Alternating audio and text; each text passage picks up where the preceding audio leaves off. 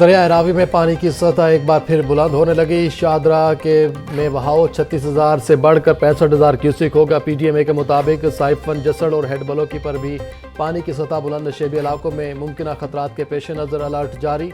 وزیر اعظم شہباز شریف کی ممکنہ سیلاب کے پیش نظر ہر ممکن اقدامات کرنے کی ہدایت۔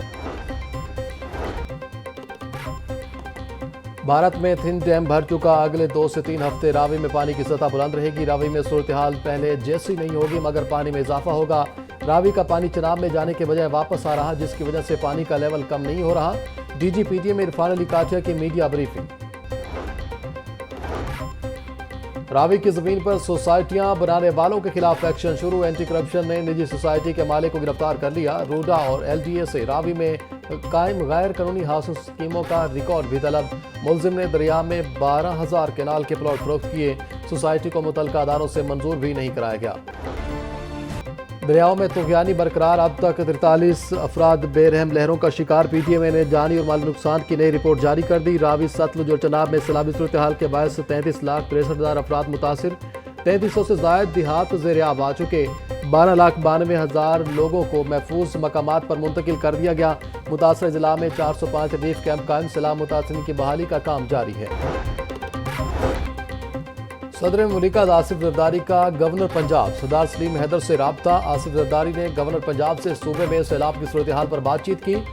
گورنر سردار سلیم حیدر نے صدر مملکت کو صوبے میں سیلاب کی صورتحال پر بریفنگ دی۔ اس کڑے وقت میں ہم عوام کے ساتھ ہیں، گورنر پنجاب کی صدر مملکت کو بریفنگ۔ راوی اور ستلج کے سیلابی ریلے تباہی کی داستانیں چھوڑنے لگے۔ پیر محل میں ہیڈ سدھانی کو بچانے کے لیے مائی سفورہ بند کو 2 مقامات سے بارودی مواد سے اڑا دیا گیا۔ دریائے ستلج میں طغیانی سے لودھراں اور بہاولپور کے 3 بند ٹوٹ گئے۔ پانی قریبی آبادیوں کی طرف بڑھنے لگا۔ ہزاروں ایکڑ زرعی زمین زیر آب آنے کا خدشہ۔ مکینوں کو فوری طور پر محفوظ مقامات کی طرف منتقل ہونے کی ہدایت۔ گورنر پنجاب سردار سلیم حیدر کا سیلاب سے متاثرہ موہلنوال کا دورہ۔ بچیوں کا جہیز تباہ ہونے والی متاثرہ فیملی سے ملاقات۔ گورنر پنجاب نے متاثرہ فیملی کی 9 بچیوں کی شادی کی ذمہ داری لے لی۔ سردار سلیم حیدر کی اہل علاقہ سے بھی ملاقات۔ بولے شدید بارشوں اور سیلاب سے پنجاب میں تباہی مچا دی ہے۔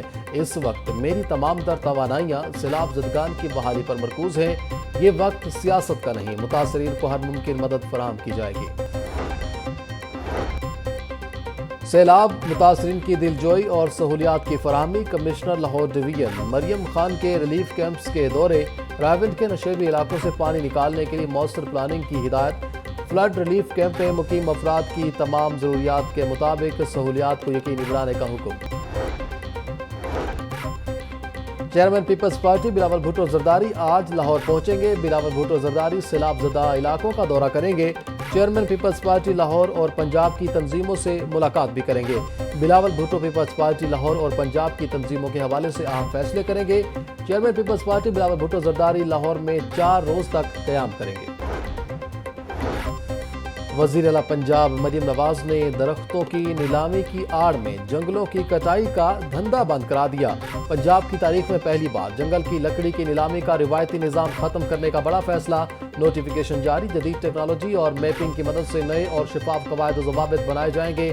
جنگلات کے تحفظ اور فروغ کے ماہرین کا وزیر اعلیٰ پنجاب کے دلیرانہ فیصلے کا خیر مقدم۔